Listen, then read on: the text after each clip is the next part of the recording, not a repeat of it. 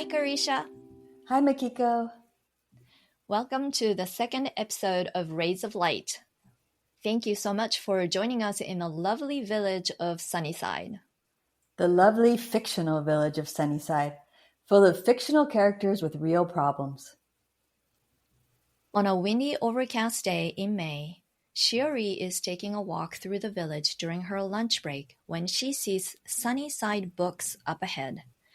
Every time she passes it, she remembers how she really must do some research, but in the evenings she's usually too tired and discouraged to get around to it.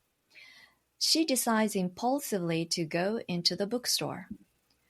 Wandering around, she wonders if what she wants is more likely to be under technology or mental health. At the sound of laughter, she finds herself moving toward the front of the store. She thinks she hears Mary Lou, one of the co-owners of the bookstore, who also has a full-time job with Sunnyside Electric. I feel so much more relaxed now, Marie is telling a man. Marie is seeing a hypnotherapist, the man says to Shiori, who hadn't meant for them to notice her. Shiori apologizes for interrupting, and they both enthusiastically deny that she has done any such thing. Shiori's husband and son are very social, too social in her opinion. Neither of them has met a stranger they didn't want to chat to, and she would not be surprised to find them joining a conversation with people they barely know. But she's very surprised to be doing it herself. Feeling like she has to say something, she explains. I was looking for a book on how damaging social media can be. Oh, I'll be glad to help, Marie offers. Thank you, Shiori says. I'm also curious about the hypnotherapist. Do you think hypnosis can help with the social media addiction? Oh, interesting question, Marie says. It seems like it could help. Would you like to talk to my hypnotherapist? I can give you her number. Also, we have a lot of books on social media. Shiori says, I hope to find a book that will help me convince my son that he'd be happier using social media less. The man asks, do you think he'll read the book? Or do you need arguments you can toss out at him? Arguments I can toss out while shaking an open book, Shiori says. Then she laughs along with the other two. I'm Ben, the man says. My children are pretty young still, and I'm already terrified at the thought of them on the internet. Shiori introduces herself, nodding politely. Ben bows, using his full upper body. Then Marie apologizes for not realizing they hadn't met before and imitates Ben's bow. Shiori can tell they know they overdid it, and she joins them when they laugh at themselves. Let me show you the books, Marie says. I'll be asking for advice in 10 years, Ben adds. It was nice to meet you, Shiori. Good luck with your son. After work, Shiori leaves a short message for the hypnotherapist and then starts to read one of the books she bought. Right away, she begins to feel upset. The information is overwhelming and everything seems entirely out of her control. Her son Akimitsu is already 17 and her husband isn't much help. He just wants to stay on their son's good side, making Shiori the main rule enforcer. 2 days later, Shiori is finally speaking with Marie's hypnotherapist, Reina Ibarra. Shiori tells Reina that her son is addicted to social media. Is your son interested in using social media less? Reina asks. Shiori pauses, then admits that he's not. He says everyone else uses it just as much as he does. Reina explains that she would need to talk to him before they could have a session. So the reason for this is that Reina wants to make sure that sessions will be useful for Akimitsu, since it's his mom that wants to change, not him. Right. Because going to therapy for someone else's goals isn't useful. So there can be situations where someone wants the desire to make a change, if that makes sense. That's different than the person who's doing the sessions to like quit smoking because the doctor says she needs to. If she doesn't want to quit, then nothing's going to make her do it. Right, exactly. Because the person to receive the therapy or hypnotherapy needs to be motivated to make that change. Right. Otherwise, I mean, your subconscious is not ready for that change at all. And so the desire to make a change or a desire to want certain outcome is very important. Yes, very important.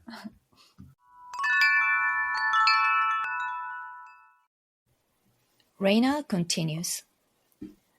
You said your son is addicted to social media. Last I checked, there wasn't a specific diagnosis for social media addiction, but it's well known that the apps were designed with the intention of being addictive. Are there areas of his life that are suffering? Here, Reina's clarifying what Shiori's saying, not diagnosing. Right, because we don't diagnose. We're not psychotherapists, we are hypnotherapists. But the thing is, people do use these terms, very casually. The words like trauma, addiction. And so we need to clarify when a client or a potential client is using that kind of words to make sure that they're not like fully diagnosed. Exactly.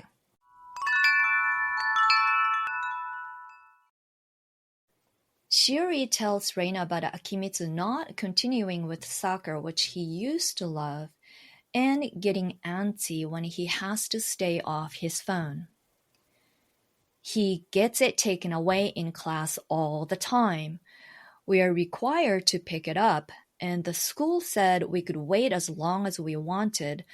But then he had a second phone taken away, and so we found out he and his friends have backups that they share. Oh, how are his grades?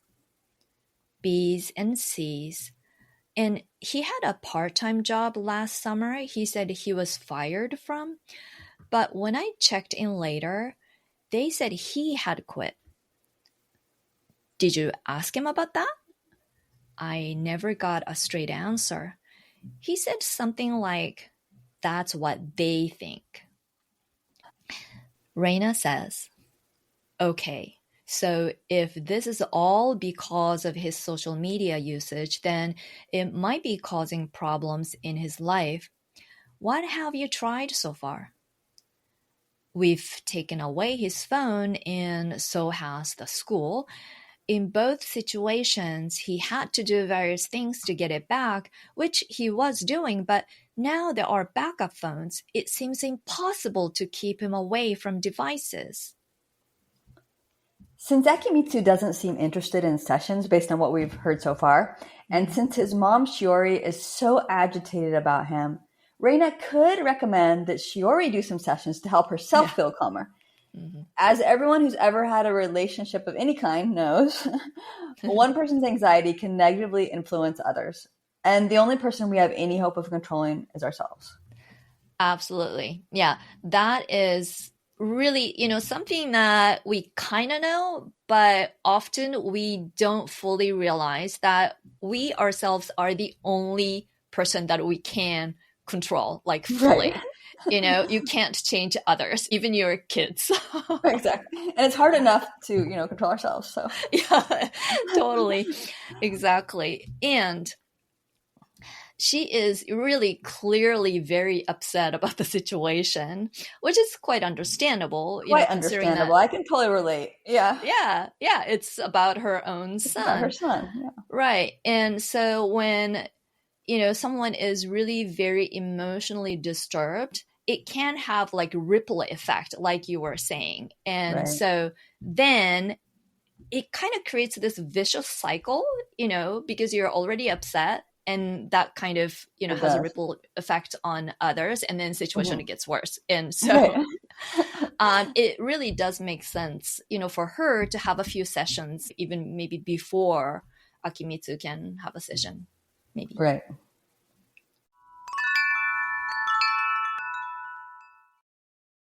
Shiori tells Akimitsu she's worried about him, and he rolls his eyes.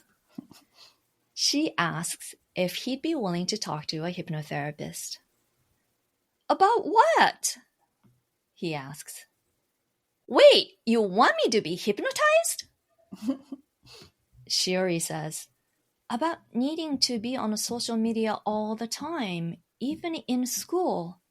I want to be on social media all the time. Shiori stops herself from saying the many angry thoughts that come to her mind. She has said them before and they didn't help. Secretly, Akimitsu is intrigued by the idea of talking to a hypnotherapist, but he's careful to hide that from her. He says he will do the phone consultation if his mom promises not to get mad if he doesn't want to have a session. At the start of the conversation, Reina tells him what she spoke to Shiori about, then asks what he thinks. She worries too much, he says. If you did a session with me, what would you like to work on? So this could be a risky question, but no matter what someone says they want, it can be used to help them. I mean, especially a risky question with teenagers or children. Yes. For example, like if someone wants to be able to fly, we might ask questions to find out what the benefit of flying might be for them, to see if we can bring that into their lives in another way. Or if there's something that they don't like, say they don't like doing their homework before playing games. If they name a requirement outside their control, because that's the parents have decided, you got to do your homework before you play the Mm-hmm. games, then we can help them so it doesn't bother them. Yeah. So, say if a child said they would like to have the power of invisibility, we can always agree with them that that would be wonderful, because it would. But then we can rephrase and ask them, what can we help you with that is possible? So this is kind of tricky because we have to meld the desire of the parent, Thank the, you. primary caretaker, and Uh, the child, because the child needs to be willing.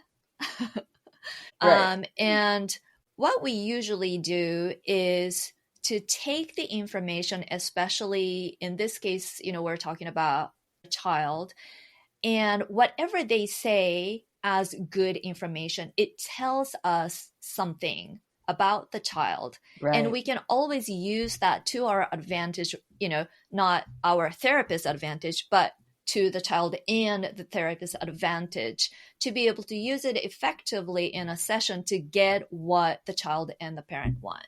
And Good so, point. Yeah. yeah, finding that balance is really very important. Because the more we learn about the person, what excites them, what interests them, Right, the better the sessions are going to be, the better the right. relationship's going to be.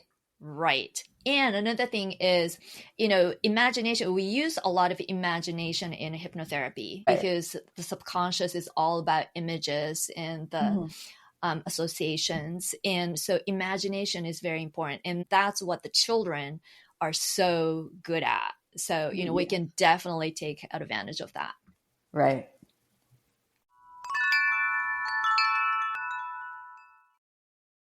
There's a long silence, and Reina tries again. How do you feel when you don't have access to your phone? Or let's just say any device. How do you feel when you don't have access to a device? There's another silence, and then Akimitsu says, bored. If it's okay with your mom, would you like to work on not feeling bored when you aren't on a device? Will I clack like a chicken? Do you want to clack like a chicken? Akimitsu laughs. I think I could do that on my own. Stage hypnosis is very different than hypnotherapy. Stage hypnotists are excellent at reading people and choosing volunteers who are very suggestible and who love being the center of attention and putting on a show. Similar to hypnotherapy, though, no one says or does anything they don't want to say or do. It's just that the goal with stage hypnosis is, of course, entertainment, and the goal of hypnotherapy is to improve your life. Right. But it is very typical that people have this notion that, am I going to be forced to do or say something that Something ridiculous. Right. But Yeah. that's not, that's not hypnotherapy. That's more stage hypnosis for fun and entertainment. For volunteers that Right. want to have fun. Right.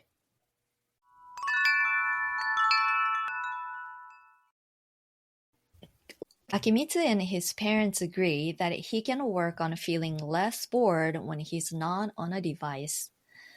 And on the drive home from his first session, he excitedly tells his dad Hiro about how he's gonna time himself for 1 minute once a day before he gets on his phone. He explains, I'll use my phone to time myself, but during that minute, I'll sit there with my eyes closed and use my anchor, which brings up fluorescent green lightning flashes in a strong feeling. A strong feeling?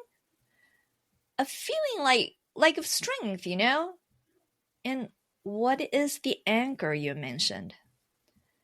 Oh, it's just called that because it anchors me. An anchor connects us to the state we desire, and it can be physical, but it doesn't have to be. It's unique to each person, so there's endless options available, and it might not even be called an anchor. It has different names too. Right. Yeah. It's just one of the tools that we often use to really anchor yourself. And by using anchor, you can always remind yourself to bring back that particular state in everyday life. Exactly. Yeah. It's quite useful. Very useful. Right.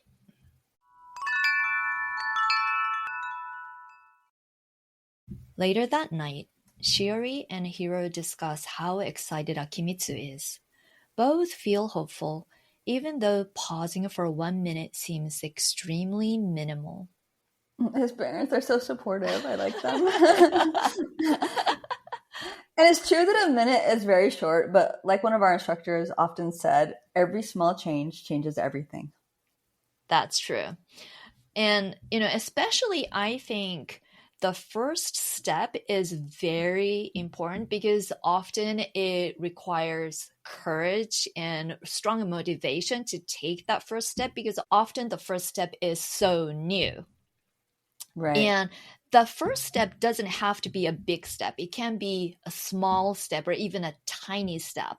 What's really important is to take that initial step and then another and then another, because that's how we can build momentum. Yes.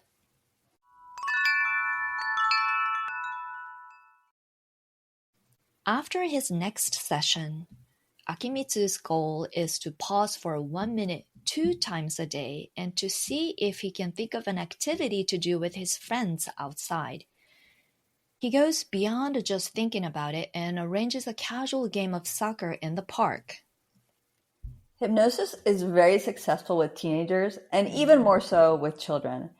It's also helpful that this is a situation where the change to more time playing outside is enjoyable. Oh, yeah. And it's surely making him feel better in so many ways. Absolutely. Yeah. And so, you just said it. Something like playing outside is already enjoyable. I mean, he already knows that. And so it's really not surprising that here Akimitsu went beyond just thinking about it, thinking of an activity and already made an arrangement with his friends. Right. And especially children up to the age of 8 or 9, they're basically like walking subconscious. So it is said that there is a filter between subconscious and consciousness, but that filter is not formed until about the age of 8 or 9. So That's why they're basically walking subconscious. And Right.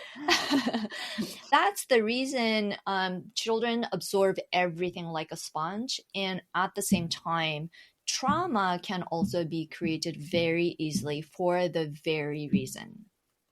Right. So that's why something that can seem very minor to an adult can be very serious to a child.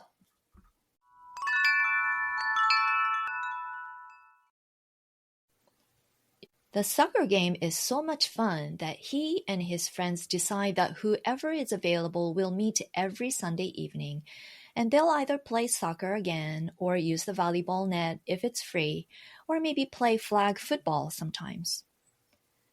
The mood in the house is very high until Akimitsu gets his phone taken away again on a Thursday at school.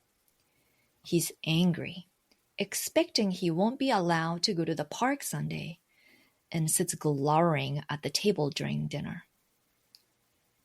Maybe you can talk to Ibara-san about how hard it is in school.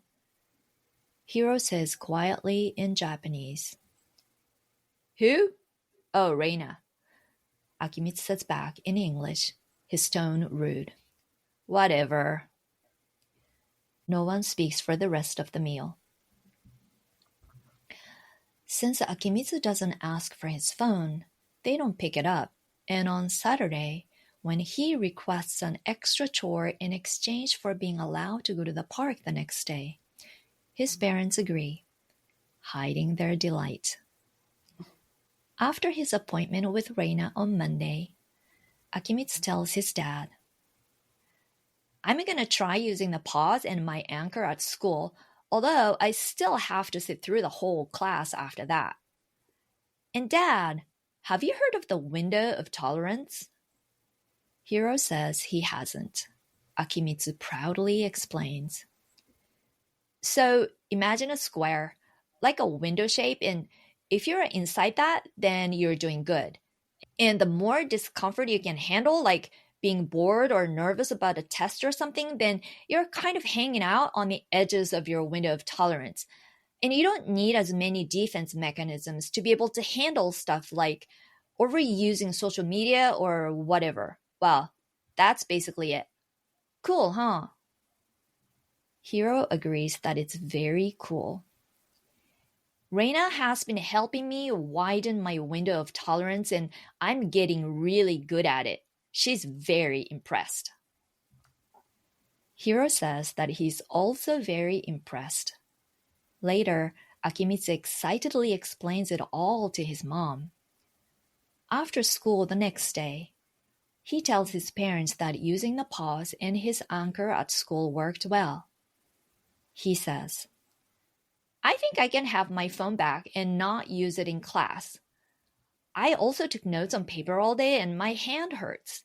In some classes, I have to use my laptop, which makes it harder to focus on schoolwork. Akimitsu continues. I finished my homework and turned it in online. Can I go to play basketball at the center? So the less comfortable we are with discomfort, the more we'll rely on defense mechanisms. And defense mechanisms regularly involve an overuse of anything to the point where it negatively influences our life.